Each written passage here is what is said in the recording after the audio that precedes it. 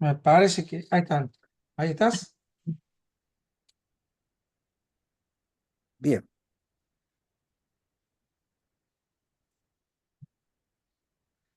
em, esperen, denme un segundo que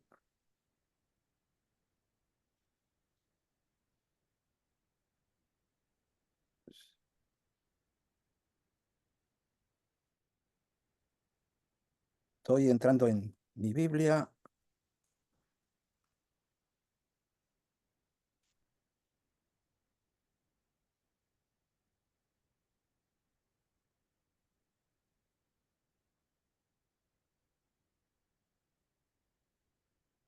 Bueno, habíamos estado entonces viendo cómo David es proclamado rey y habíamos marcado que una de las cosas llamativas era que él no se impuso como rey, sino que le vinieron a pedir a él que fuera el rey y lo ungieron como rey. Y en esos paralelismos que venimos hablando entre Saúl como representante de lo que es la persona carnal y David como representante de Cristo, y uno hace el paralelismo con eso, eh, Cristo no se impone, sino que uno lo tiene que reconocer. Em, Ahora el 31 de agosto y 1 de septiembre me invitaron para ir a Uruguay. Hay un congreso allá de Haggai y tengo que ir a dar uno de los temas, que es la evangelización actual y el contexto en el que vivimos. Así que esto me tiene muy, muy metido en el tema que estamos viendo porque tiene relación justamente este tema. Eh, Ujú, Fíjense que eh, el concepto no es imponerle a la gente a Jesús como rey o decirle que tienen que tomarlo como rey, porque Jesús no se impone sobre la gente, pero es la gente la que tiene que reconocerlo como rey ujú, y la que tiene que ungirlo como rey. sí. Si yo aplico este concepto a la evangelización actual, yo no tengo que hablarle a la gente de lo que tiene que hacer, sino que tengo que hablarle de quién fue Cristo. Me explico. Ayer estuve un rato con uno de los uruguayos, un amigo que él va a dar mandato bíblico. em, y yo le dije que no estaba de acuerdo con el título de el mandato bíblico por una sencilla razón. Un mandato viene de afuera, es algo que me imponen. Entonces, una de las materias de Haggai es que hay un mandato bíblico a evangelizar. Con lo cual estoy diciendo, yo tengo que ponerle presión a la gente para que sienta esa presión porque hay un mandato. Y si vos no lo cumplís, sos un desobediente. Te deberías ir al infierno. Entonces yo estoy de alguna manera intentando movilizar a la persona a la fuerza, empujándolo, metiéndole presión desde afuera. Sin embargo, el propio Jesús nunca se impuso. Es más, le dijo, ¿ustedes quieren irse también, muchachos? Váyanse, ¿eh? Pablo decía, me es impuesta necesidad de predicar. Pedro y Juan, cuando son interrogados por el Sanedrín, dicen, no podemos dejar de decir lo que hemos visto y oído. Todo esto tiene un factor común. La convicción de estas personas, Jesús, Pablo, Pedro, Juan, era una convicción interna. No estaban siguiendo un mandato que les llegó de afuera. Vayan y den testimonio delante del Sanedrín. Ellos sentían una obligación interna. ¿Por qué sentían una obligación interna? Porque vieron a Jesús, entendieron a Jesús, vieron lo que había hecho y no podían callarse. Es totalmente diferente que imponerle a una persona, tenés que ir a hacer tal cosa. Vayan a evangelizar el martes a la tarde, de 15 a 17. ¿Me siguen? Entonces, yo le decía a este hermano uruguayo que en mandato bíblico, yo ahora lo empiezo con esta frase: no les voy a decir lo que tienen que hacer, les voy a decir lo que Dios hizo, y después ustedes deciden qué hacer.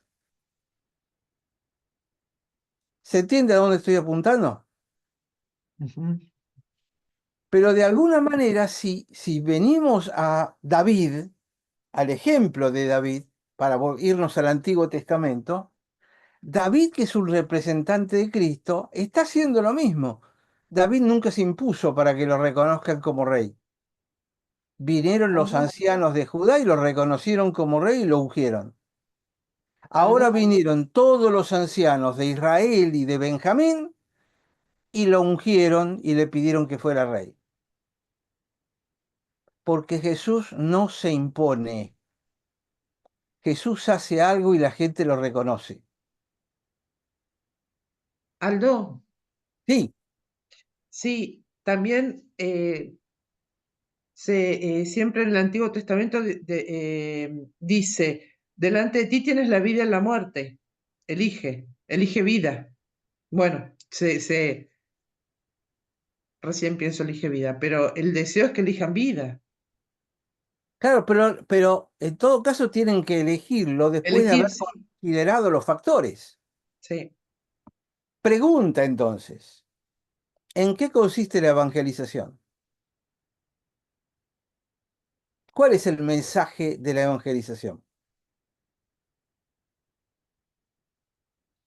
Quiero escucharlos, ¿eh? en dar a conocer a Cristo. Eh, Déjame ir un poquito más lejos. Si uno hiciera ya en el Nuevo Testamento, que es donde se diferencia o aparece el concepto de evangelización o ir a ser discípulos, lo que yo entendí como eh, el mandato era esto, o sea, el Señor diciendo, vayan y hagan discípulos.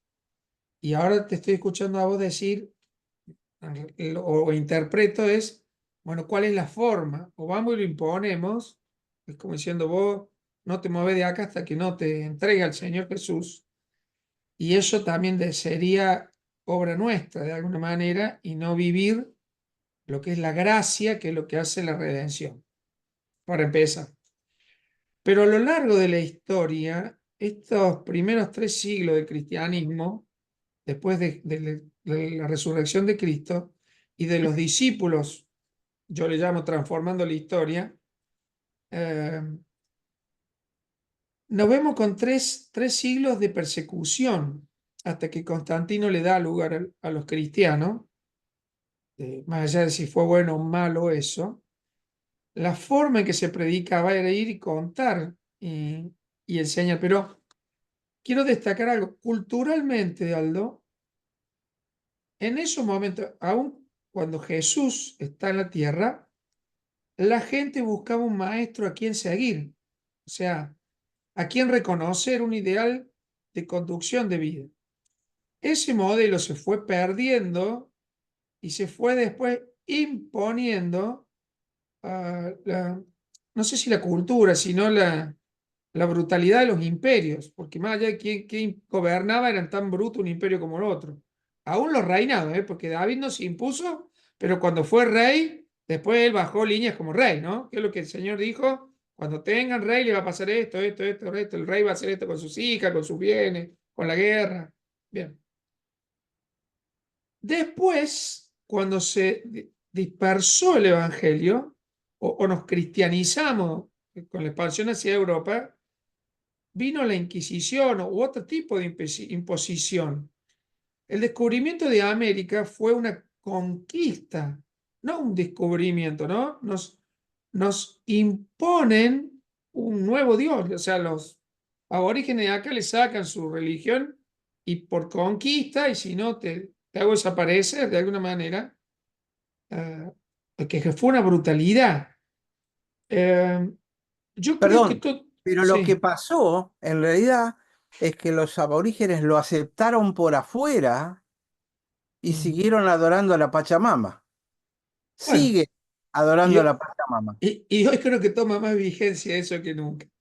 Pero a esto me refiero. Creo que ha sido procesos de conquista y de alguna manera tomaron la bandera del cristianismo para convencer a mucha gente que era la forma de, en el nombre de Cristo, en el nombre de Dios, y hemos hecho cosas buenas y hemos hecho cosas aberrantes, la humanidad.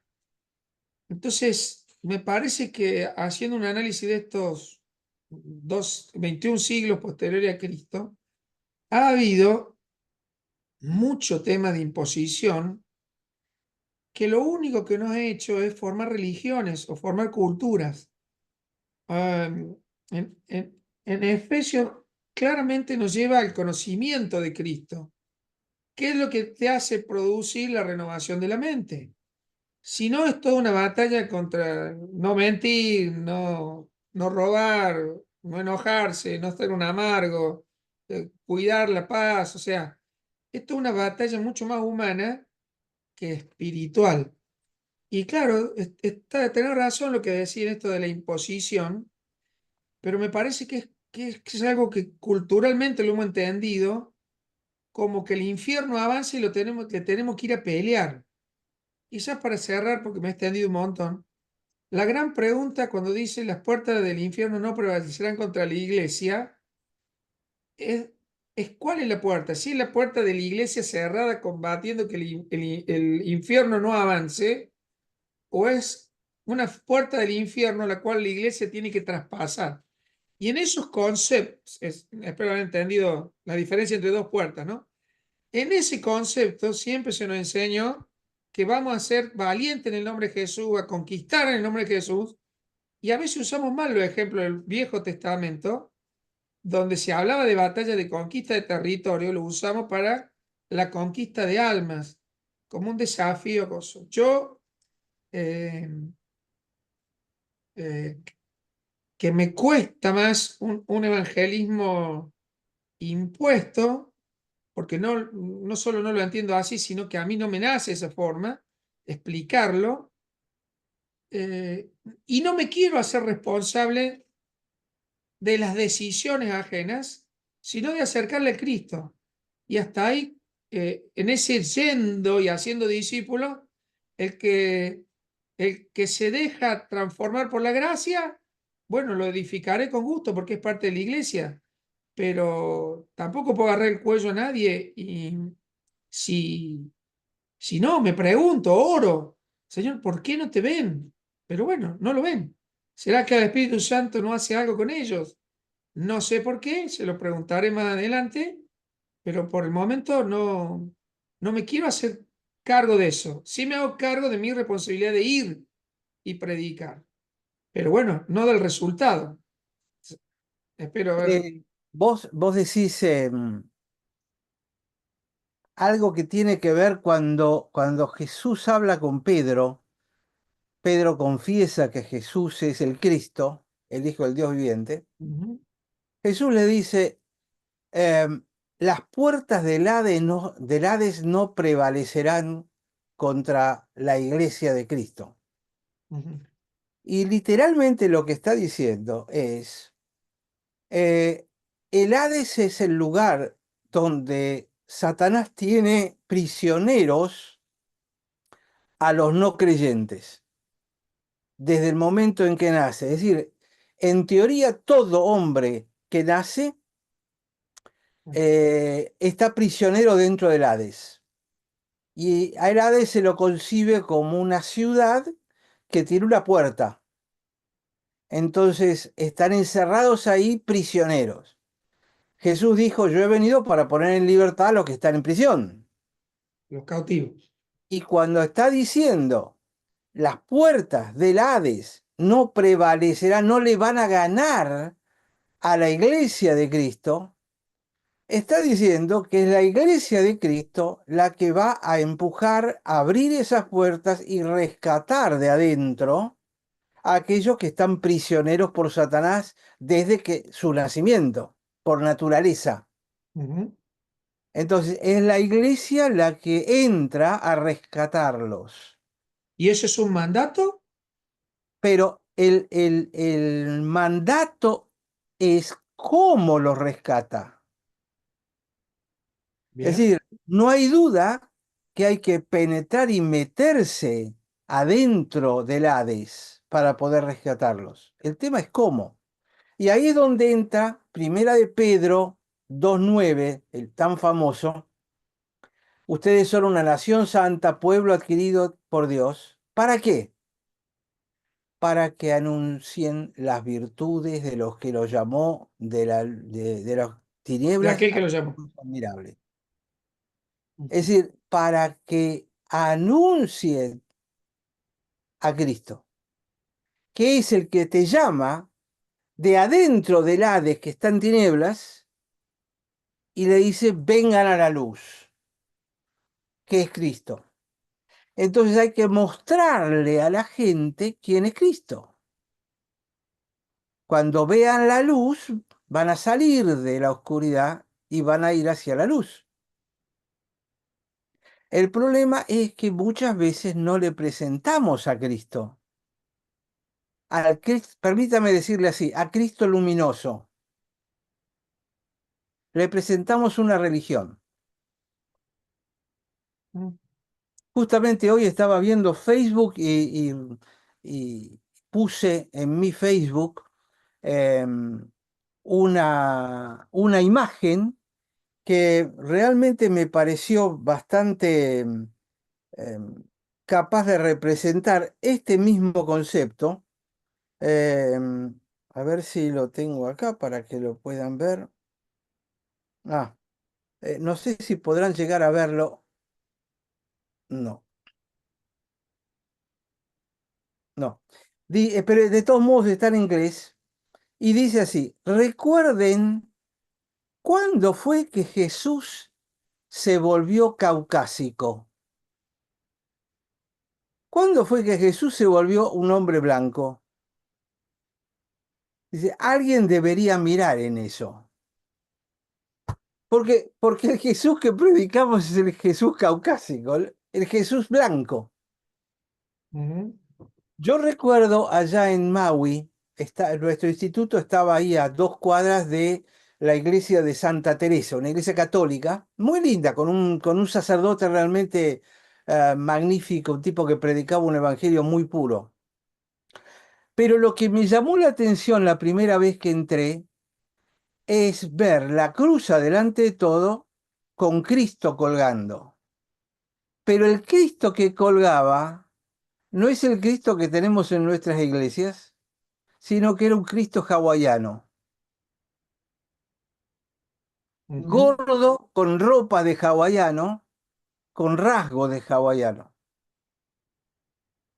Y lo recuerdo mucho porque yo le venía diciendo a los negros de África por qué seguían predicando a un Cristo blanco cuando ellos podían predicar a un Cristo negro. Porque lo importante no es el color de afuera, pero lo que pasa es que culturalmente hemos predicado una imagen de Cristo y no a Cristo. Ujú. Por eso estoy trayendo un poco este tema hoy. Ustedes dirán, ¿qué tiene que ver con David? Yo creo que tiene que David. ¿Acaso los judíos son caucásicos? Si ustedes miran a los árabes y judíos reales, se van a dar cuenta que no son caucásicos. Son de piel morena, en general de ojos oscuros, y al Jesús de las películas de Hollywood siempre rubio de ojos celestes. Entonces, si el Aldo, objetivo es predicar a Cristo y mostrar a Cristo, ¿es eso lo que hacemos? ¿O simplemente predicamos una doctrina? No sé, estoy tratando de meter el dedo en la llaga y remover para pensar. Sí, Sandra. no sé si vos viste o leíste La cabaña, El No ¿no? lo recuerdo. libro o la El película. libro, sí, el libro y salió la película con actores conocidos. Me Y bueno, suena, pero no lo recuerdo. allí a mí primero me chocó y después lo pude ver porque se había comprado un libro y después lo pude ver, no, no lo pude finalizar. Pero bueno, ahí presentan a Dios, al Espíritu Santo, y bueno, hace mucho lo vi, pero representaba a Dios una mujer negra, ¿sí? Y, y eso. Me Ah, gustó me no, gustó no, la no. película porque era la Tie- esencia. Vos después tenías que verla completa y ves la esencia, digamos, lo que hacía el Espíritu Santo, ¿viste? Y personificado por una mujer, el Espíritu Santo. Pero bueno, muchos automáticamente bajaron Claro. no, pusieron un grito en el cielo. ¿Cómo pueden blasfemia, ¿viste? Dios, una mujer y a su vez negra. Aldo, búscala la película La cabaña. Vale la Ajá, pena verla. Para no quemar la película y redondear lo que dice Sandra. Es la historia de un muchacho que viene de una historia muy traumática con su papá que lo golpeaba. Entonces lo que va a suceder es que Dios se le presenta como mujer, porque le dice en la película, si él se presentara como padre, la imagen de padre es totalmente traumática para él y jamás lo hubiera escuchado. Entonces está muy bien planteado y vale la pena verla si alguien no la vio o si alguien lee el libro, porque es una historia basada en una experiencia. Es un muy buen libro y la película lo, está muy bien lo encaminada. voy a buscar. Yo recuerdo una señora que empezó a venir a la iglesia que yo tuve que pastorear en los principios de mi pastoreo. Y esta mujer vino 3 o 4 veces y estaba muy contenta y de pronto dejó de venir, no vino más. Así que la fui a visitar a la casa. Y ella me dice, Aldo, perdón, pero no puedo aguantar. Dice, y yo trato de entenderlo y lo entiendo, que Jesús es nuestro Padre. Pero mi padre era un padre que me golpeaba y me Mm. violaba desde chiquitita hasta que fui adolescente. Y yo solamente pensar que Dios es mi Padre no lo puedo soportar. Y no vino nunca más. Ujú, Y no es porque no apreciara a Jesús o el mensaje. Es decir, hay imágenes muy fuertes que ujú, uno a veces menosprecia porque no puede pensar que pueden ser tan violentas. Pero de alguna manera lo que estoy tratando es demostrar cómo eh, la evangelización consiste en mostrar a Cristo. Y es el Espíritu Santo el que va a convencer adentro del corazón de que Él es el rey y entonces la persona lo va a ungir como rey de su vida. Fíjate que cuando Jesús viene, la expresión de Jesús empezó a anunciar que el reino se ha acercado. En realidad, Él tendría que haber dicho, el rey que soy yo se está acercando a ustedes. Y Él le dijo, el reino se ha acercado. ujú, Obsérvenlo y después deciden. Porque ni siquiera a sus discípulos le dijo que tenían que convertirse, que tenían que aceptarlo. Le dijo, sígueme. ¿Para qué? Para mirarme durante 3 años. Y recién después de 3 años tomen la decisión. las fueron tomando durante el camino, de verlo. Y después ellos, en las epístolas, dan testimonio que nunca lo vieron cometer un pecado. Lo estoy poniendo en palabras mías, ¿no? Ujú. Es decir, la invitación es a venir y probalo. Antes de decir que no te gusta, probalo. Me hace acordar un fruto que hay en Singapur, Malasia, Indonesia, que se llama durian. El durian es una fruta que por afuera es toda pinchuda, grandota, como si fuera una especie de piña. Em, pero el problema que tiene es que no te podés acercar por el olor a podrido que tiene. Literalmente, es imbancable, ¿eh? Te produce náuseas. Yo nunca lo llegué a probar, no lo probé porque no podía, pero todos los que lo prueban y los que les gusta dicen que es de un sabor dulce maravilloso. En Ujú. los hoteles de Asia no te dejan entrar con durián que hayas comprado en la calle, porque inundás la habitación de olor a podrido. Porque te sale por los poros después ese olor. Ahora es tremendamente dulce, pero realmente es imbancable. Los asiáticos, a muchos de ellos les encanta. Yo, la verdad, no pude ni acercarme. Pero es bueno, vení y probá, a ver qué te parece. Y yo creo que a la gente, esta predicación de un Jesús caucásico, ganador, casi empresario, de una empresa que vende salvación para la eternidad, para el mundo secular le huele a durián. A menos que lo pruebe y se dé cuenta que es dulce, lo van a rechazar. Me parece que es un ejemplo potable para poder entender lo que estoy intentando decir. Sí, Pero también para no equivocarnos de cuál es nuestra función. Nuestra función es presentarlo, mostrarlo, lo mejor posible. Porque incluso el resultado, en definitiva, depende del Espíritu Santo, ¿no? Pero ahí cuando Pedro dice, para anunciar las virtudes del que los llamó de las tinieblas a la luz admirable, esa es la razón de ser de por qué somos real sacerdocio, nación santa y pueblo adquirido. ujú, Y de alguna manera, si quieren, Abner, que era el capitán este que mató Joab, de alguna manera es el que terminó anunciando a David, porque él fue el que empezó el movimiento de vamos a buscarlo a David y ponerlo como rey. Y era la cabeza del enemigo casi, ¿no?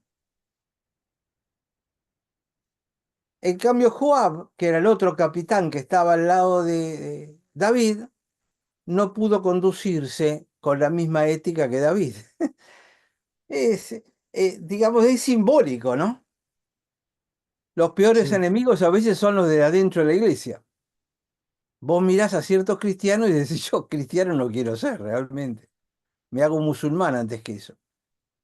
Sí, bueno, pero esto es un desafío porque es a quien Dios te manda a cuidar, a ser parte, a someterte, es la iglesia, ¿no? Es entender que estar en su proceso y bueno, y aunque, Pero a la iglesia o a Jesús, guarda, bueno, no, porque no, hay que someter. es que la iglesia está en Jesús, si no, no es iglesia, es una Claro, asociación, ahí cambio, ¿sí? ahí cambio el concepto. Es el No, cuerpo de... me quedé pensando en lo que hizo usted, Aldo, hace unos años atrás en un congreso de la radio que trabaja, CBC La Voz. Nos ejercitaron cómo hablar de Dios sin nombrarlo, sin nombrar elementos religiosos, sin decir, la Biblia dice en Juan 3:16, y tenemos tan, pero tan metido adentro la cultura esta evangélica, que nos resultó un ejercicio muy, pero muy difícil, muy complicado. Bueno, si leíste mi libro, el que se llevaron, Sí, vas a ver que todo el libro se basa justamente en no decir y no las decir sí, tradicionales palabras cristianas. No sí, sí, usar la sí. palabra pecado, conversión, un montón de eso que son, huelen a religión. Y la gente realmente cada vez odia más la religión. Pero cuando Está, hablas de Jesús, la está gente no... decepcionada de la religión en realidad. ¿Cómo? Está decepcionada de la religión. Claro, y tienen razón. Sí, tiene su Por razón. eso yo siempre arranco diciendo la religión es el opio de los pueblos. Tienen razón Marx. Tiene razón Marx, sí. Pero sin embargo es muy difícil que presentes a Jesús y la gente le resulte desagradable Jesús. Porque no tenés de dónde agarrarte para que te resulte desagradable. Salvo que la gente te empiece a contestar y te dice, sí, pero el sacerdote pedófilo, el pastor Claro, que robó, y ya te van a la religión. es otra cosa. Ayer vi un video que me lo mostró mi hijo de una persona, la verdad que tendría que verlo de nuevo, una persona que es cristiana y que hace entrevistas a diferentes religiones. Y entre ellas había un satanista. Me llamó la atención que lo invitara al satanista.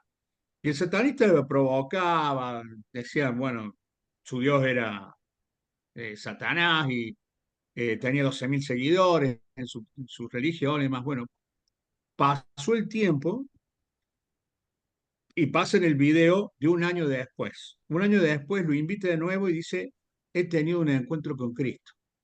Abre los ojos así el cristiano.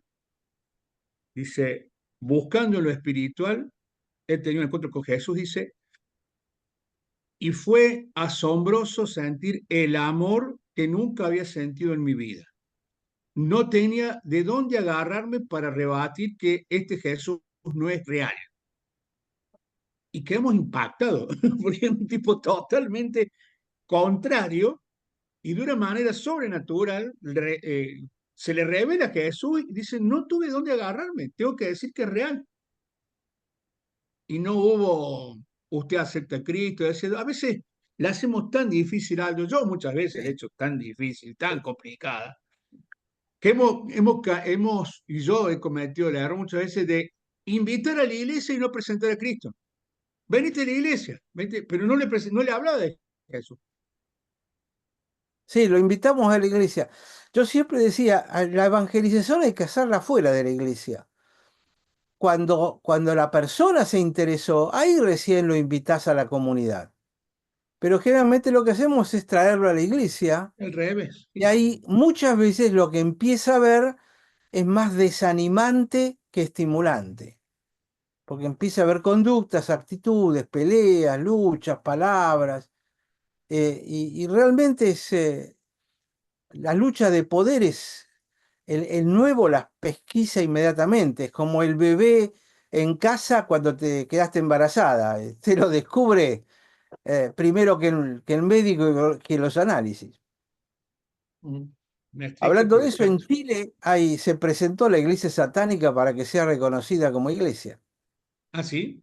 Eh, Y Ya sí. está reconocida en Estados Unidos, ¿no? Y sí, No, sí, sí, sí, no es sí. una novedad, Mm. pero bueno, Eh, me, es me un fui un... fichero de culto que se puede sacar cumpliendo requisitos. Lo que pasa es que hay tantas iglesias que Claro. tienen su fichero de culto y que han sido reconocidas en el gobierno porque cumplen requisitos. Y Claro. casi diría que está bien. O sea, es así. Esta es la pauta, se reconoce. Legalmente Claro, está bien, claro. Sí. es reconocer una Así que institución. me pareció interesante aprovechar esto que estamos viendo, tanto la historia de Saúl como la de David, todos estos, primera y segunda de Samuel, que Mm. son tan simbólicas del hombre común y de Cristo, que yo creo que es la razón por la cual están en la Biblia con tanto detalle, ¿no? Es Claro. para que uno vaya reflexionando específicamente sobre estas cosas. Y por eso quería remarcar este concepto de que es David el que es reconocido por la gente y ungido como rey, pero él en ningún momento se impone. ¿Estamos? No sé si quiere comentar algo más y si no, seguimos. Estaba escuchando un comentario que vio que la clase anterior usted dijo que lo nombraban príncipe Sí, y que hablaba un poco que el término viene de principal, digamos, como de autoridad, pero pensaba también es que como que también hasta en orden de mérito, la gente lo termina eligiendo a David porque ya no está ni José ni Abner. Entonces, como que también puede tener que ver con el grado de autoridad que reconoce la gente, pero sí está interesante que la gente es la que lo termina reconociendo rey. correcto. Es la gente la que lo pone como rey o que dice, vos sos mi rey. Reconocer como rey es otra cosa. Es sujetarse al rey siempre. Ujú. Y sabemos cómo es el ser humano. Le cuesta sujetarse a un rey. Lo puede reconocer, pero de ahí a hacerle caso es otra cosa, ¿no? Y hasta el paralelo cuando Jesús dice de predicar, me seréis testigos en Jerusalén, en Judea, en Samaria, hasta lo último de la tierra, como también él es nombrado primero por Samuel en su casa, después en Judá, después en todo Israel, como que también cómo fue creciendo paulatinamente este liderazgo. Sí, porque fíjate que la progresión, Jerusalén, Judea, Samaria, hasta la última tierra, es una progresión centrífuga Ujú. hacia afuera. Y Sí. cuando a la gente le invitas que venga a la iglesia, es centrípeta. Es decir, la traes para el centro. Cuando justamente el concepto es vayan. Aldo, dijiste que Sí, costaba aceptarlo como rey. sí, Fíjate que muchos tienen al Señor como, al Señor Jesús como Salvador, muchos cristianos, pero no todos como Señor. exacto. Fíjate que la palabra Señor, si no recuerdo exactamente las cifras, aparece 740 veces en la Biblia. Y la palabra Salvador aparece alrededor de 67, 68 veces nada más. Eso solo ya te da una pauta de la diferencia de importancia de ambas palabras. Incluso en el Nuevo Testamento, dame un segundo, porque este es un dato interesante para que les puede servir, te lo digo en 2 segundos. Tengo que abrir otra Biblia que tengo acá. A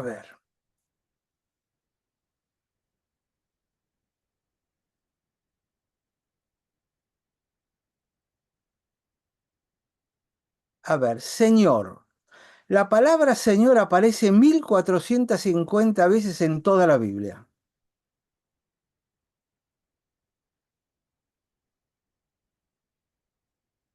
Ahora, em, si yo remuevo el Antiguo Testamento,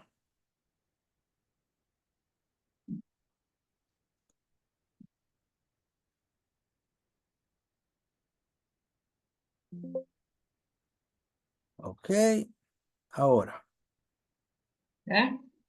Señor. En el Nuevo Testamento aparece 732 veces la palabra Señor. Quiere decir que 732 y 1450. Prácticamente la mitad de las veces aparece en el Nuevo Testamento, que es la porción más chiquitita de toda la Biblia, en comparación en tamaño. ¿Está? Ahora, vamos a Salvador. Salvador. En el Nuevo Testamento aparece 38 veces. Ahora, si yo, vamos a agregar Select All, así, ahí, ok. Salvador. en toda la Biblia aparece 38 veces. Perdón, sí, Salvador, 38 veces. Y estamos buscándolo en Antiguo y Nuevo Testamento.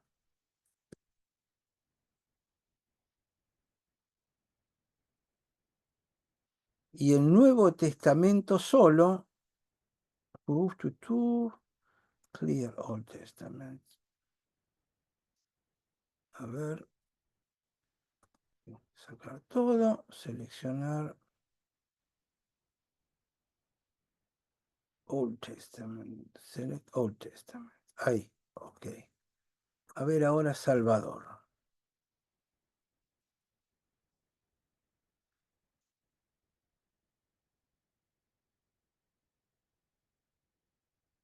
Salvador. Y sigue apareciendo 38 veces. ¿Qué cosa estoy perdiendo? Select all.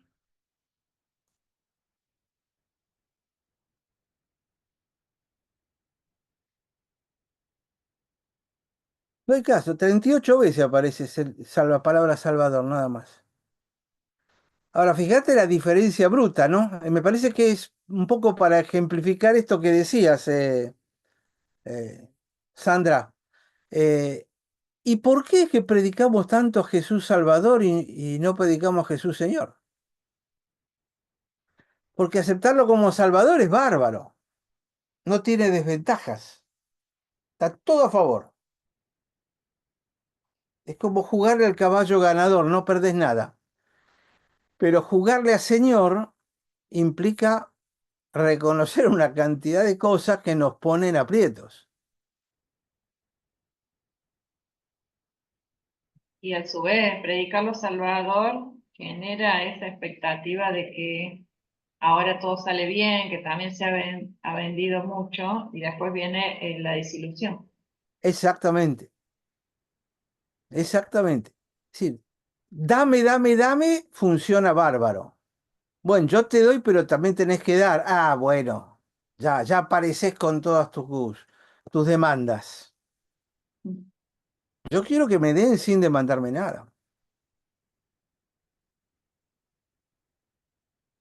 ¿Está, Sandra?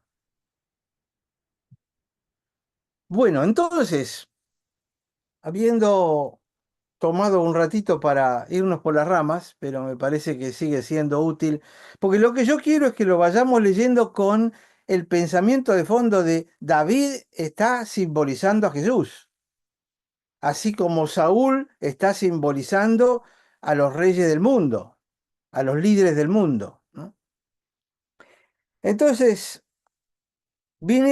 nosotros ya habíamos visto esto, el versículo 5:5 dice, en Hebrón reinó sobre Judá 7 años y 6 meses, y en Jerusalén reinó 33 años sobre todo Israel y Judá. Pero ahora va a venir en la porción donde él decide salir de Hebrón, que era ciudad de refugio. ¿Por qué él fue a una ciudad de refugio? Porque había estado luchando con los filisteos. Es decir, de alguna manera, si lo encontraban, era un enemigo. Pero se fue a Hebrón para esto. Recién después de que lo reconocen rey sobre todo lugar, él ya no necesita esconderse más. Pero a su vez también tiene que salir de una ciudad de refugio. Y acá viene otro elemento simbólico. Porque Jesús no es un rey de refugiados, sino que Jesús es un rey de hombres libres.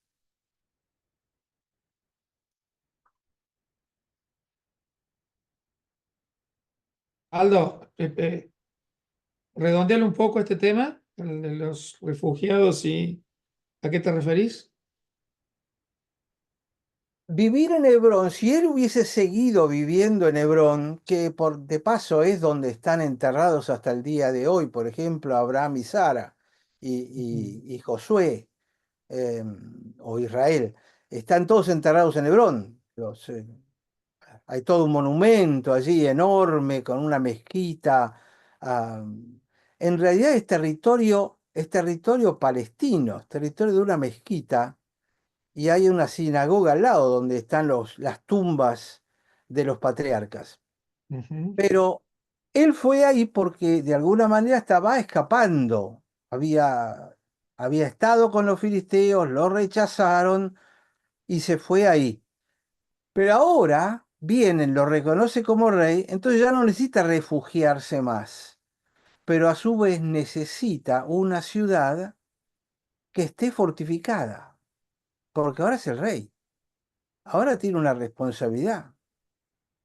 Y ya no es el rey de los refugiados, no es el rey de los que se escapan porque cometieron algún error. Aunque podamos decir, bueno, en el fondo todos nos escapamos de los errores que cometimos y venimos a Cristo, ¿no? ujú, Pero Él es mucho más que eso.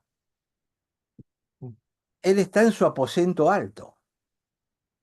¿Y cuál es el lugar alto? Jerusalén. Porque a Jerusalén se sube.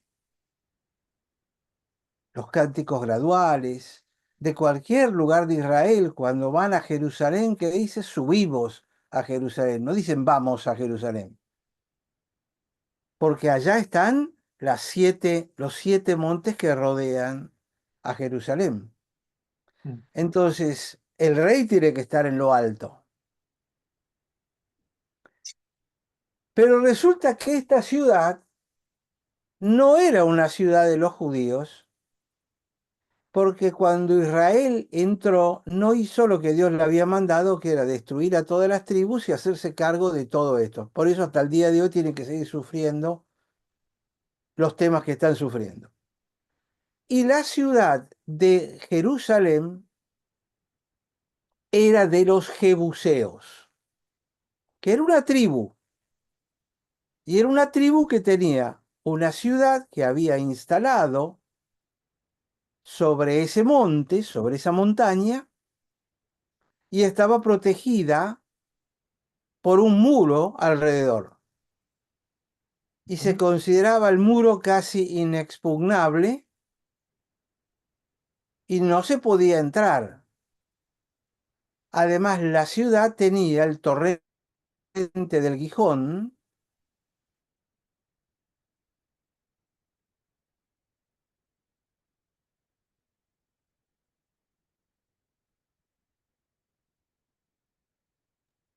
Se Hola, tildó Aldo. hola, hola, hola. Pensé que era yo.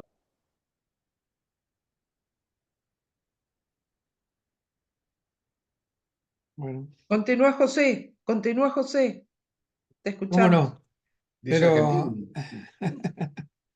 pero em, no, estaba tomando esto con atención de que tiene que ir a conquistar Jerusalén, o tiene que ir a tomar.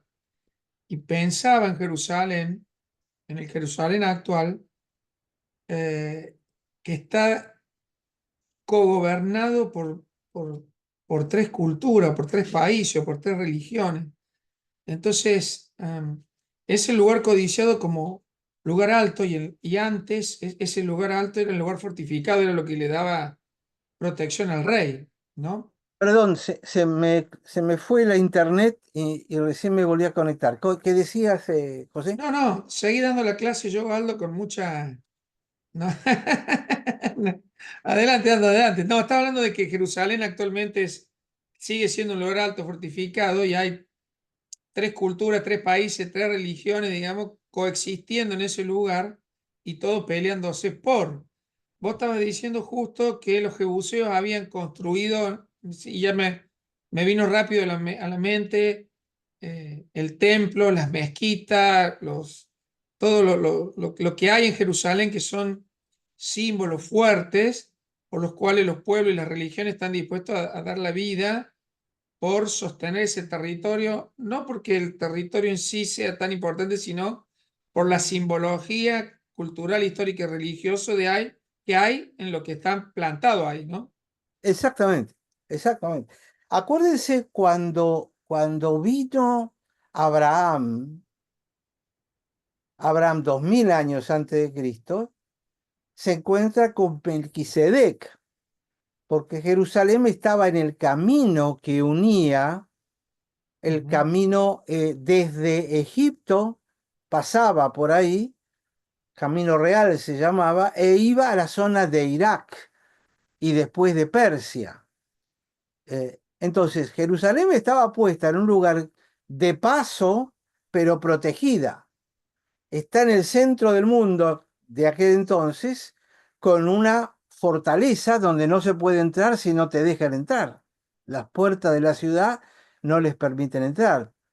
Y si los asediabas, ellos tenían agua para poder resistir durante un montón de tiempo. Era prácticamente inexpugnable. Y la ciudad estaba construida arriba del monte Moriah. Ujú. Y arriba del monte Moriah es donde estaba el monte Sión, que era la parte más alta del monte Moriah, que es donde Abraham intentó sacrificar a su hijo. Ahí apareció Melquisedec y todo esto. Acá estamos en el año 1000. Es decir, los jebuseos evidentemente habían tomado esa ciudad y estaban allí hace muchísimos siglos. Entonces, Hay un dice, detalle más, Aldi, que no es menor, sí, déjamelo ver desde el punto de vista comercial. Esta ciudad de paso y fortificada era como una gran aduana, o sea, claro, era todo el que pasaba ahí iba a terminar pagando algún impuesto o iba a terminar, había un lugar para comercio extraordinario. Y quien manejaba las rutas del comercio manejaba la economía mundial, o sea, era muy importante Jerusalén. Lo fue para los romanos, o sea, porque a través de Jerusalén, cuando daban toda la vuelta, tenían dominio sobre todo lo que era el mar Mediterráneo, por el norte y por el sur, o sea, desde España, Italia, hasta Egipto y todo el norte de África, ¿no? O sea, era demasiado trascendente esta ruta. claro, claro, claro. Además, por un lado estaba el mar Mediterráneo y por el otro estaba el desierto, así que no podías eludirlo. Ujú. Eh, es casi como los lugares donde ponen los peajes en las rutas ahora, ¿viste? No hay Exactamente, forma que puedas darle la vuelta para escaparte. exactamente. Entonces, versículo dice, entonces marchó el rey con sus hombres a Jerusalén contra los jebuseos que moraban en aquella tierra, los cuales hablaron a David diciendo, tú no entrarás acá, pues aún los ciegos y los cojos te van a echar. Es decir, es tan inexpugnable la ciudad que aunque no pongamos soldados y mandemos al frente a los cojos y a los ciegos, con eso alcanza para que no entres. Es decir, le mojaron la oreja, eh, queriendo decir David no puede entrar acá. Pero David tomó la fortaleza de Sión, la cual es la ciudad de David. En el momento que están escribiendo esto, eh, la están escribiendo diciendo, tomaron la ciudad de David. 8. Y dijo David aquel día, todo el que hiera a los jebuseos, suba por el canal y hiera a los cojos y ciegos aborrecidos del alma de David. Por eso se dijo, ciego ni cojo no entrará en la casa. Este es un versículo difícil de poder interpretar si uno no lo interpreta en el contexto de lo que esto significa. Em, ¿Qué significa todo el que hiere a los jebuseos suba por el canal? El punto débil de la fortaleza era el arroyo del Gijón, donde estaba el agua. Porque el agua esa había sido llevada ahí a través de un canal que se había labrado desde un manantial. No es que el manantial de Gijón, ahí nace el agua es traída de otro lugar y ahí se junta.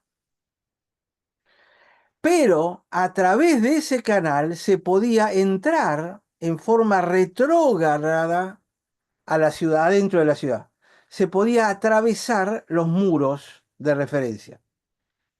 Hoy en día en YouTube pueden encontrar ese canal que se puede recorrer, se puede caminar. Está todavía ahí presente. Sí, tiene 3000 años de antigüedad y sigue funcionando y sigue trayendo agua. Y se puede ver ese arroyo del Gijón claramente en muchos videos de YouTube. Entonces lo que está diciendo es, métanse por ese canal, suban y cuando se quieran dar cuenta, ustedes están adentro de la ciudad sin necesidad de que hayan tenido que atravesar los muros de la ciudad. Y como el rey lo había desafiado, el Jebuseo, diciendo, ah, los muros, a esos que supuestamente van a estar defendiéndolo, no quiere decir necesariamente que todos los que iban a pelear eran cojos y ciegos.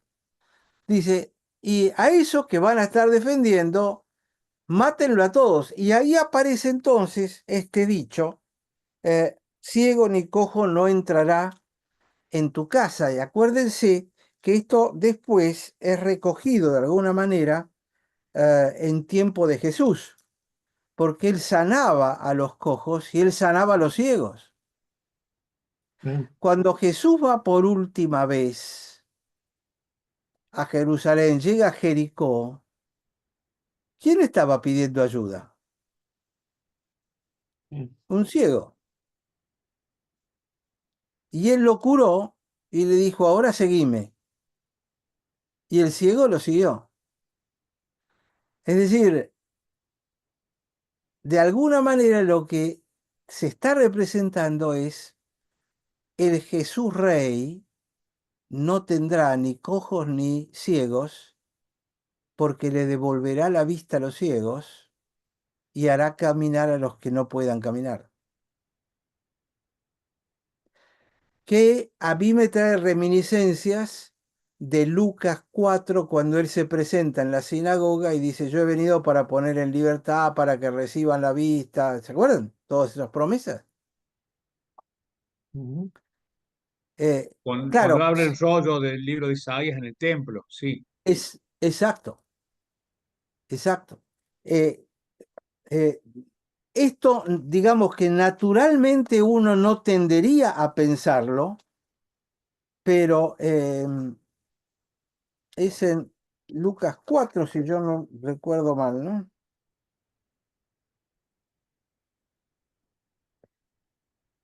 Me ha ungido para dar buenas noticias a los pobres. Me ha enviado a sanar a los quebrantados de corazón, a pregonar libertad a los que estaban cautivos, dar vista a los ciegos, a poner en libertad a los oprimidos, a predicar el año agradable del Señor. Es decir, uno naturalmente no los conectaría con este versículo, pero de alguna manera lo críptico de este mensaje tiene que ver específicamente con esto.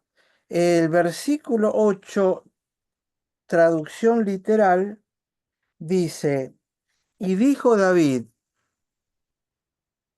en aquel día, a cualquiera que derrote a los jebusitas y, y suba, o ¿cuál es la palabra que utiliza Reina Valera? Suba, sí, pero ¿cómo se llama? Y escalar, y escale por el camino del corte de agua o del canal de agua, y aquellos que son cojos y los que son ciegos,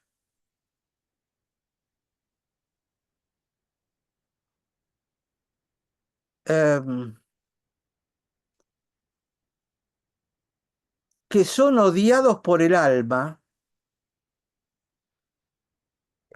¿Cómo es que lo traduce Reina Valera? Aborrecidos del alma de David.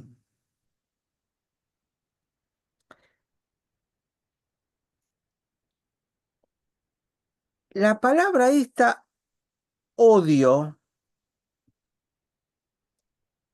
en realidad es que se han convertido en odiados y enemigos.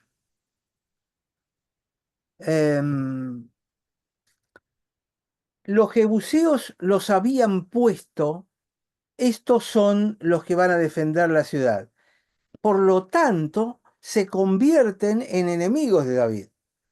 Y esto es lo que está diciendo aquí. Aquellos que son cojos y son odiados y que se convirtieron en los enemigos de David,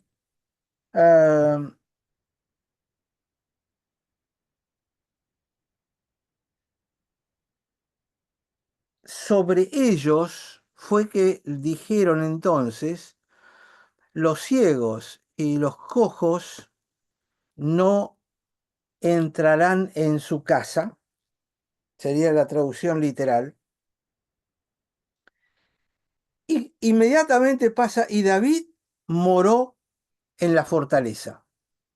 Es decir, es como que entró fácilmente y sin ningún problema. ¿Qué significa el pasaje este que es bastante raro, ¿no es cierto? Primero, la palabra esa del canal de agua, la palabra muchas veces se puede traducir como arroyo, o canales de agua o cursos de agua.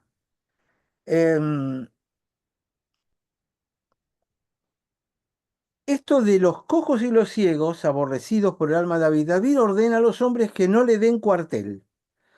Es decir, retoma las mismas palabras de los jebuseos y en tono de burla dice, bueno, los soldados de los jebuseos son ciegos y cojos, mátenlos a todos o pásenle por arriba.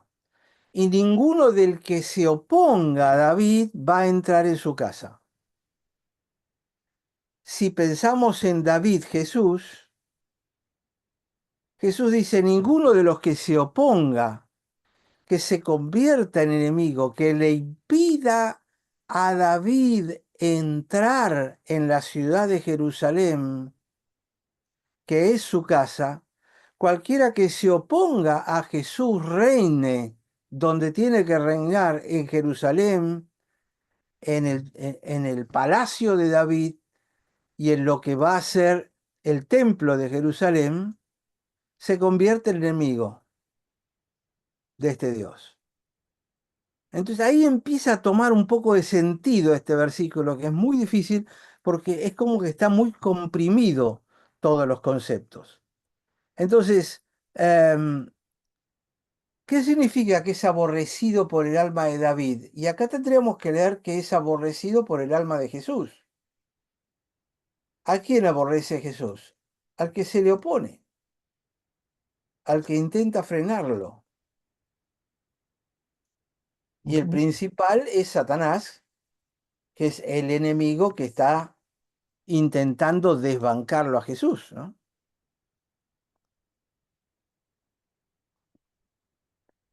Entonces, continúa y dice, y David moró en la fortaleza y le puso por nombre la ciudad de David. Es decir, vamos a volver a aquello que dijiste, José, sobre el Hades, ciudad amurallada con puertas en el Hades, donde reina Satanás y a donde la iglesia va a entrar para rescatar. Acá entra Jesús, pero no por la puerta. Entró por las aguas limpiadoras, baño purificador de los sacerdotes. y entró y tomó la ciudad del enemigo e instaló su casa y su trono adentro de las murallas del enemigo. Y a ese enemigo que se le opone es al que Jesús rechaza. Hay cualquier cantidad de símbolos acá, ¿se dan cuenta? Eso del arroyo que trae agua y por ahí entrás. Primero entrás por el lugar donde se hacía el baño ritual, que era por inmersión. A ustedes les gusta sumergir a la gente, así que lo van a entender. Pero cuando salís de estar sumergido, tenés que ir por el canal. Y en el canal vas a chapotear el agua, no te va a cubrir. Tenés que ir limpiándote los pies de todo lo que traías de afuera. Y entonces podés llegar a la ciudad de David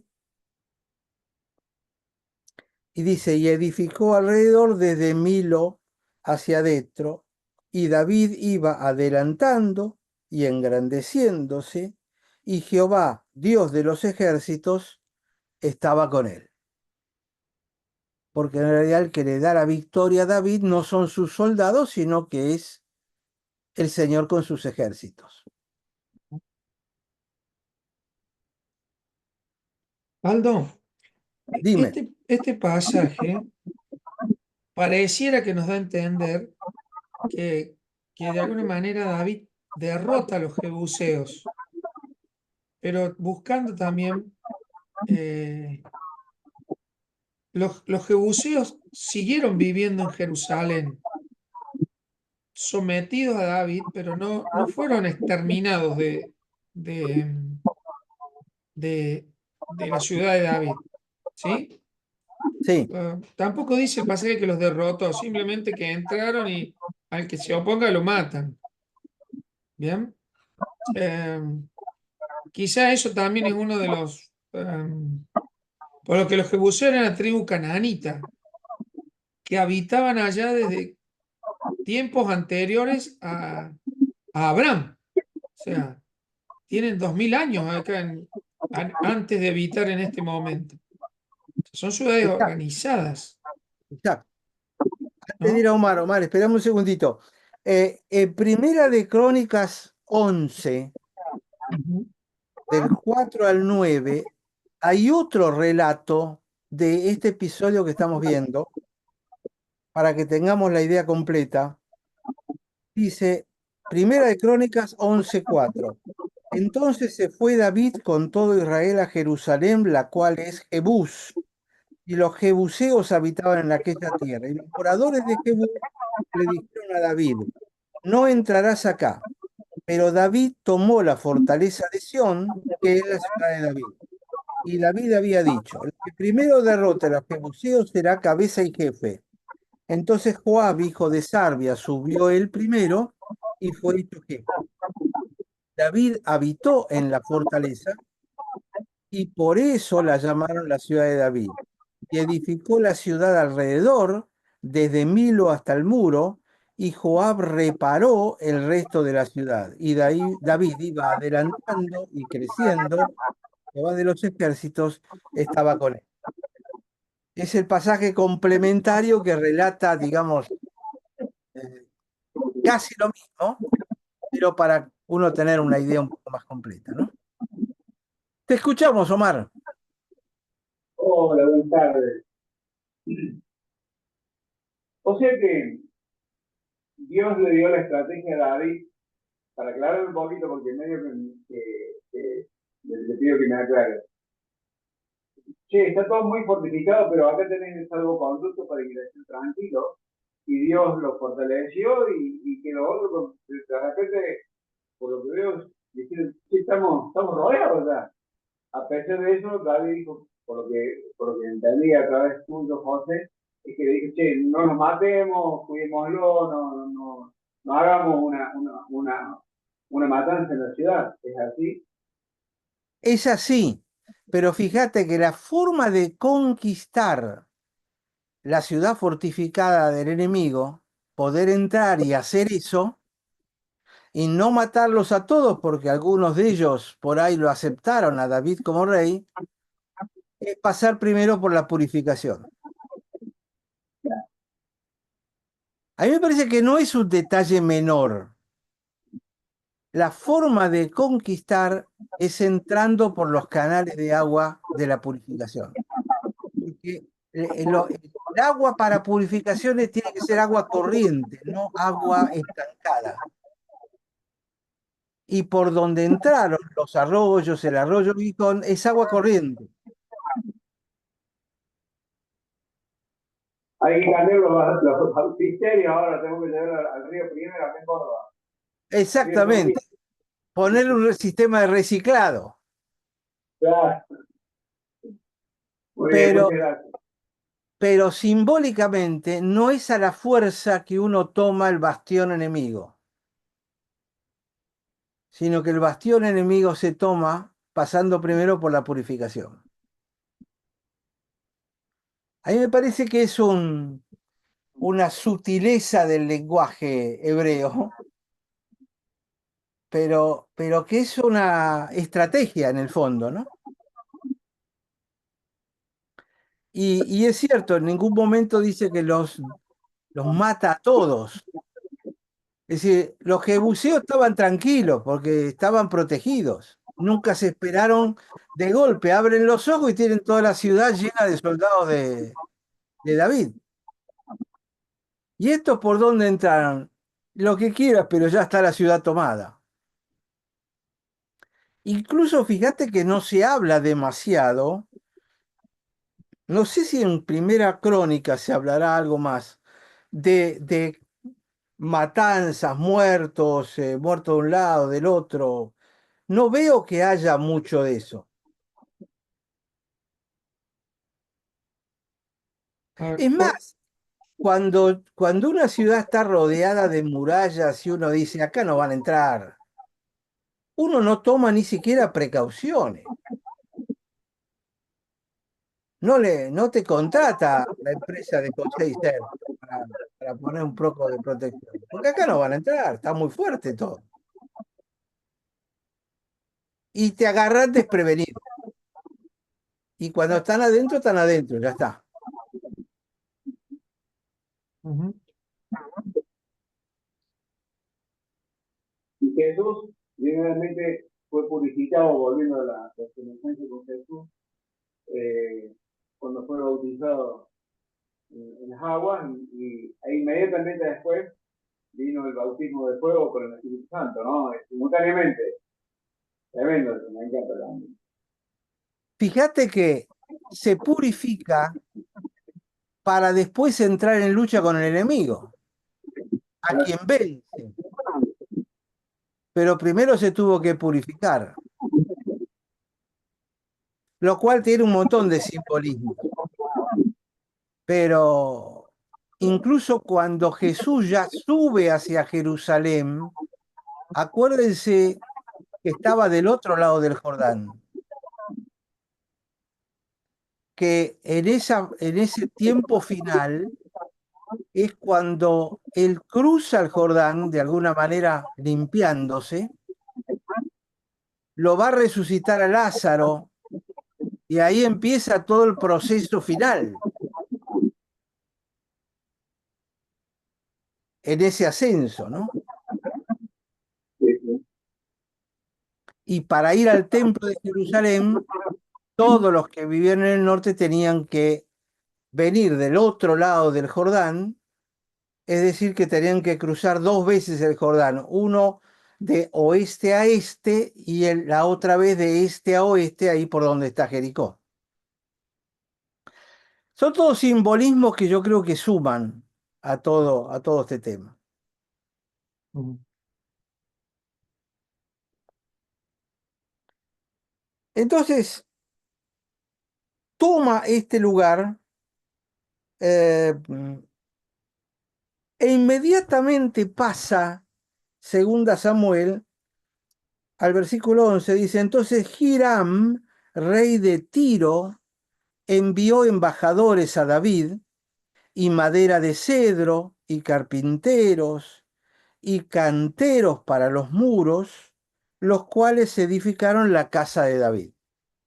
Es decir, Tiro era territorio filisteo, Tiro y Sidón, toda la franja sobre el Mediterráneo, una parte de lo que ahora es la franja de Gaza. Tiro estaba un poquitito más arriba. Pero desde ahí, este rey filisteo eran los enemigos de Israel. ¿Qué hace? Le manda embajadores, madera, carpinteros y canteros. De alguna manera no solo reconoce a David como rey, sino que no quiere luchar contra él, por eso manda embajadores. ¿Para qué? Para buscar la paz. Este David es demasiado poderoso para pelear contra él. ¿Por qué? Porque lo conocen de los tiempos donde habitó entre los filisteos. No era sonso el hombre. 12. Y entendió David que Jehová le había confirmado por rey sobre Israel y que había engrandecido su reino por amor de su pueblo Israel. Es decir, ¿qué es lo que entendió?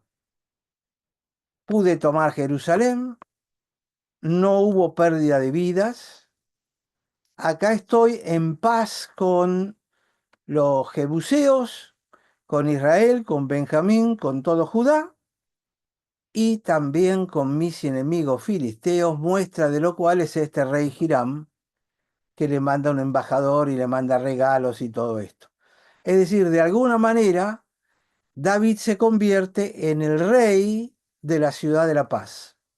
Jerusalén, ciudad de la paz. Aldo, estoy pensando en el relato que venimos charlando desde Saúl para acá. Saúl fue derrotado, con lo cual Israel va huyendo, eh, se instala más al norte, Judá más al sur, donde está David en Judá. A este momento han pasado 7 años y pico y medio. O sea, Israel se vuelve a ser fuerte porque se reúne, pero viene de haber sido derrotado hace 7 años por los filisteos, ¿sí? O sea, Sí, está medio menguado. Eso también puede ser una razón por la cual no extermina a los jebuseos y de alguna manera se sigue haciendo fuerte tomando los pueblos que va conquistando, ¿no? Me imagino que eh, Jerusalén era una ciudad fortificada. Vos recién decías que quizás no se lo esperaba por lo fuerte que eran, eh, pero también se me hace que los tipos eran fuertes, sabían, se dan el gusto de amenazarlo, David, no sé, decir, hasta los ciegos van a pelear contra vos si te metes acá. Si fue una simple amenaza, si tan débiles eran, no, la amenaza no fue hasta los ciegos ¿sí? van a pelear. La amenaza fue con los ciegos y los cojos me alcanza. Claro, con más Fue- razón son fuertes, sí, sí, con nosotros. Y los conquistas, me parece que una de Fácil, las conquistas más sencillas que hay en la Biblia, ¿sí? ¿no? Entonces, yo le veo un tema ahí sobrenatural, ¿no? No fue una conquista de guerra de hombres, fuerte, valiente, diestros. Era la presencia de David, que de alguna manera es la presencia de Jesús, lo que resolvió esto. Ahí toma más simbología de entramos por las aguas. O sea, acá no hubo una resistencia de sangre, o sea, Tampoco dolorosa. Hiram vino ni por miedo, ni por amenaza, ni por conquista. Salió Claro, de él venir y traerle ah, regalos.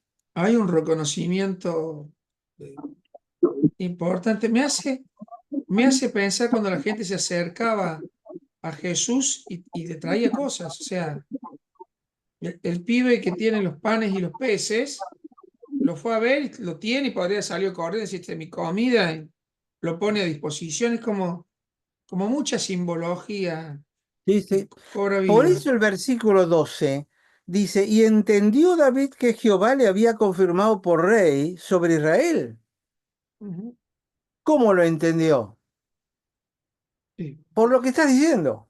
Todos se estaban rindiendo naturalmente, o sea, tranquilos. Exactamente. Mm. Bueno, Incluyendo a las 10 tribus de Israel que lo vieron a reconocer, los de Benjamín, que teóricamente debían haber defendido más a Saúl porque el descendiente de Saúl debería haber sido el rey. No, no, no. Todo el mundo entró a rendirse adelante de David. ujú. Hace un par de capítulos que venimos viendo cómo todo el mundo se rinde frente a los pies de David. Hay, hay un pequeño detalle que debe tener algún valor, porque Jerusalén ahora pasa de llamarse la ciudad de David, porque él la conquista y se la autoproclama la ciudad. Pero Jerusalén está muy cerca de Belén, que también es llamada la ciudad de Belén, porque bueno, ahí fue ungido, ahí nació él, o sea, evidentemente David conoce muy bien la zona y debe haber sido más importante la fortificación de Jerusalén, sin duda, que la de Belén, y él no se quedó en lo de Belén, se fue a Jerusalén a establecer su lugar de reino. Tiene que haber algo ahí porque por, por, por pertenencia hubiera sido más fácil, por identidad, que él se instalara en Belén, ¿no? Que también es un lugar alto. Pero Belén no tenía fortificación. La ciudad de Belén en hebreo es Bethlehem. Beth es casa y Lehem es pan. Es decir, Bethlehem significa casa del pan. ¿Por qué? Porque era una zona productora de trigo, cebada, que era la Mm. productora de pan. ¿A dónde iba a comprar Jerusalén el pan? A Belén, sí. A Belén, que quedaba ahí al Sí, lado. Ahora, sí. Jerusalén era la ciudad protegida. Belén era una ciudad de campos abiertas, de cultivo. Era Bien. pequeña. Sí, sí, estoy recordando ahora que no tiene murallas de ningún tipo. Claro, Y si claro. bien es un lugar alto, es un lugar bajito. No es un lugar de fácil acceso. Eh, es Exactamente. buen dato ese, muy buen Exactamente. dato.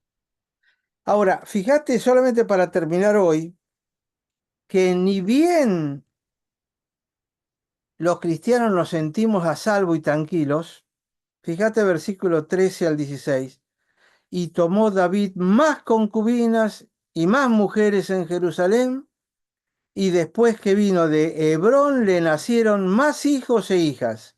Estos son los nombres de los que le nacieron en Jerusalén: Samúa, Sobab, Natán, Salomón, Ibjar, Elisúa, Nefeg, Jafía, Elisama, Eliada y Elifelet. Estos son los que nacieron. No quiere decir que sean todas las mujeres que tuvo. Es decir, cuando la paz reina alrededor, cuidado, es cuando estás en peligro, ¿no?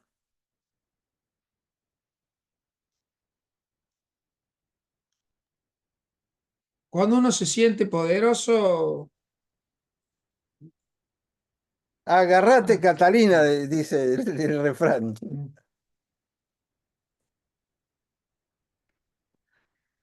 Bueno, me parece que por hoy ya estaríamos. No sé si quieren hacer algún comentario más.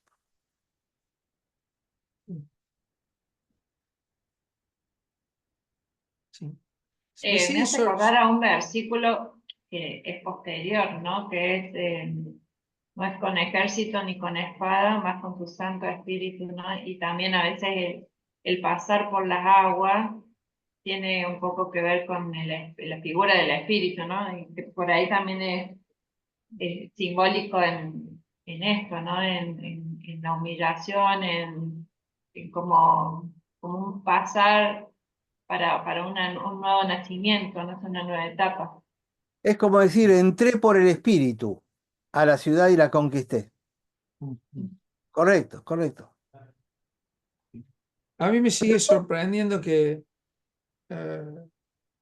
que Dios no haya intervenido esto de la cantidad de concubinas que le dejó tener a David. Hay algo ahí que no entiendo por qué un corazón como el corazón un muchacho conforme al corazón de Dios, es una forma de mostrar la naturaleza, me parece.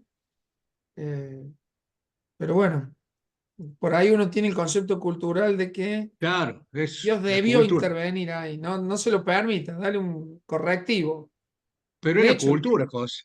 le da correctivo, pero Cuando en el año 87 yo fui a Haggai, allá en Singapur, eh, los latinos nos reíamos mucho cuando los africanos preguntaba cuando un hombre tenía más de una mujer o tomaba más de una mujer, ¿qué pasaba cuando se convertía? Si tenía que despedirlas o no. Y los latinoamericanos que estábamos ahí, que éramos 4 o 5, nos largamos a reír, porque estaban hablando de creyentes que tomaban mujeres. Y nosotros nos pusimos a reír porque pensábamos que estaban haciendo un chiste. Y se No, pusieron todos serios, nos pararon en seco, diciendo, ustedes lo entienden, esta es la realidad en nuestros países, tanto africanos como islámicos, del hombre que tiene varias mujeres y que los misioneros en general les decían que tenían que quedarse con la primera y despedir a las otras, lo sí. cual significaba un desastre para la despedida, porque era muerte en vida. Ujú. Y traerlo al Entonces, presente, Aldo, ¿qué nos va hasta a el pasar presente, cuando... sí. No, pero tómalo como cuestiones hoy. ¿Qué nos va a pasar si se convierte en una pareja de homosexuales? Nosotros, Claro, si no, está en pecado, pues, lo que vamos a apuntar es a destruir esa pareja porque es pecado. Y dice, hace exactamente. 20 años que convivimos, hemos adoptado un Pero hijo, hoy la ley nos permite, no sé, son cosas que no ahora, nos en imaginamos. ese momento fue cuando yo me planteé allá en Singapur el tema este del divorcio. Entonces me puse a estudiar la Biblia, ahí mismo, de noche me quedé buscando en la Biblia. Tenía un compañero de pieza que era japonés y empezamos a buscar los pasajes y ni con David ni con Salomón vas a ver la más mínima crítica de Dios a esas conductas. No la vas a encontrar Ujú. porque no hay reproche posterior. Lo que vas a encontrar son las consecuencias ah, de sí. esos hijos y de esas concubinas con las que se anduvo, y todo el desastre, toda la división del reino que vino por eso. Entonces, lo que te muestra la Biblia es qué pasó después, pero no vas a encontrar una palabra en contra de Dios. ¿Sabes que para preparar el mensaje del domingo, estoy viendo algunos aspectos del inicio de Abraham y cómo Dios protege a Agar, Agar, ¿sí? ¿no? Cómo la protege, la bendice, le dice que de su hijo va a haber otra nación grande, que va a ser guerrero, Y no se le y aparece a Abraham diciendo, cuidado con lo que vas a hacer, no lo hagas. no, Está mal. claro, sí, Te, hay pla- te, ge- consecuencias. te Hay- genera, te genera todo un cuestionamiento. Ujú. Sí, sí, claro. Yo le dije a Marisa que me gustaba eso de tomar varias mujeres, y me dijo, pero vas a tener varias suegras. Sí. Entonces me convenció que no era una buena opción. No, No, no, no. Pero es un planteo, ¿eh? No. No voy a hacer ningún chiste porque después en casa me sale caro el chiste. Entonces, Tenés que cenar. claro.